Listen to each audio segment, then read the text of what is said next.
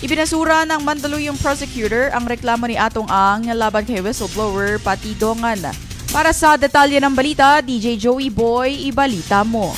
GV Balita Express. Ibinasura ng Office of the City Prosecutor ng Mandaluyong City ang mga kasong robbery, grave threats, grave coercion, slander at incriminating an innocent person na isinampa ng negosyanteng si Charlie Atong Ang laban sa whistleblower ng mga nawawalang sabungero na si Julie Patidongan dahil sa kakulangan ng ebidensya.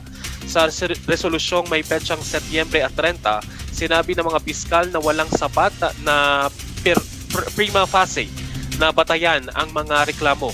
Binigyang diin din na walang patunay ng pagiging may akda o katotohanan ang TikTok post na pinagmula ng paratang laban kay Patidongan.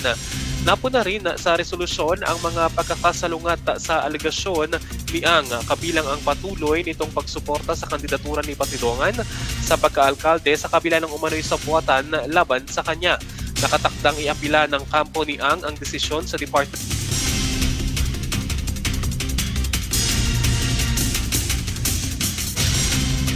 bilang patunay umano ng kanilang pagkapanalo sa kaso. Magpapatuloy ang paunang investigasyon ng DOJ kaugnay sa kaso ng mga nawawalang sabungero sa Oktubre 21.